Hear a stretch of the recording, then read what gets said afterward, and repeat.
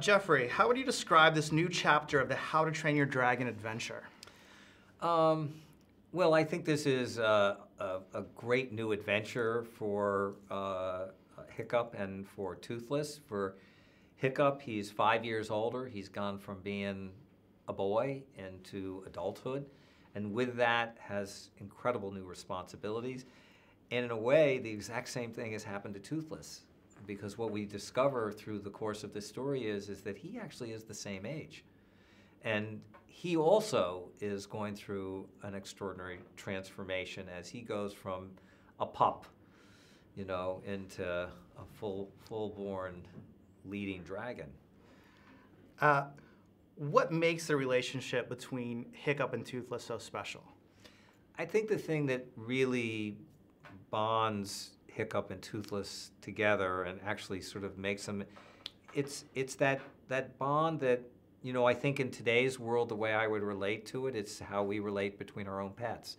It's how I am with my dog, and, I think there's that sort of unconditional love that exists for one another, by each other, and with it is just an unbreakable bond and trust, and together they're able to actually pull off, a victory in what is their greatest, challenge that they've ever faced.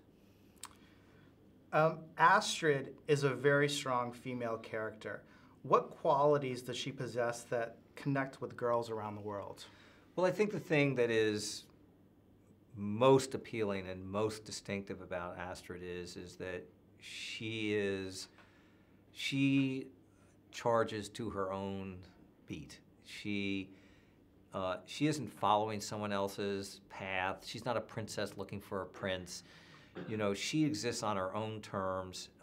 She has her own path. She has a sense of right and wrong, and as such has a very powerful role in this movie. And I think that her independence and I think her strength of character is what makes her so powerful in the movie, and why I think people, men and women, relate to her, but is quite inspiring to young girls, in that she is, in every sense, really Hiccup's equal.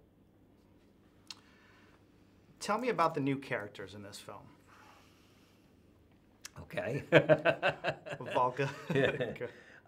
Well, I think we've got a number of actually, new characters in the movie. I mean, in terms of the human characters, I think the most exciting thing in this movie is that is the discovery of Hiccup has of meeting his mother, someone who has been out of his life for 20 years, and through a flashback we actually see the circumstances of that. And so both for Hiccup growing up as a boy and for his dad, for Stoic, in a way she's really robbed away from them, and after 20 years they reconnect with one another, and it's a phenomenal piece of storytelling, I think, by Dean DuBois, the writer-director of the movie, and very, very emotional and very powerful. The other thing is dragons.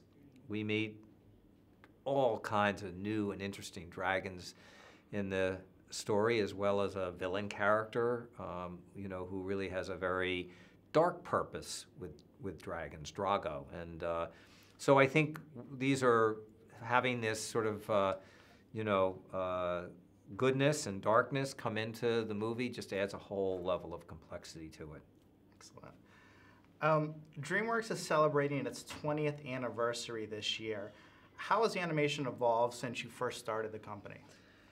Well, I think animation, in 20 years is, almost night from day, but I think it continues to accelerate in the way in which the level of innovation of our technology and our tools, and therefore the stories that we can tell.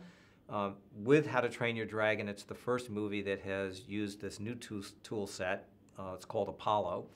And Apollo allows our animators to actually go back to doing what they did many, many, many years ago, in which they were able to actually animate on a piece of paper with a pencil, which we've always felt was much more emotional than moving dials and graphs inside of a computer. And so now we've actually gotten the computer to be able to mimic what we used to do with pencil and paper. And so the level of emotion and acting that is realized today in this movie, and this is the first movie to ever use this tool, is so far beyond what we've been able to do up till now. And that kind of innovation is going to keep on going. It never stops. Excellent. Thank you, Sarah. That touched on Apollo. Perfect.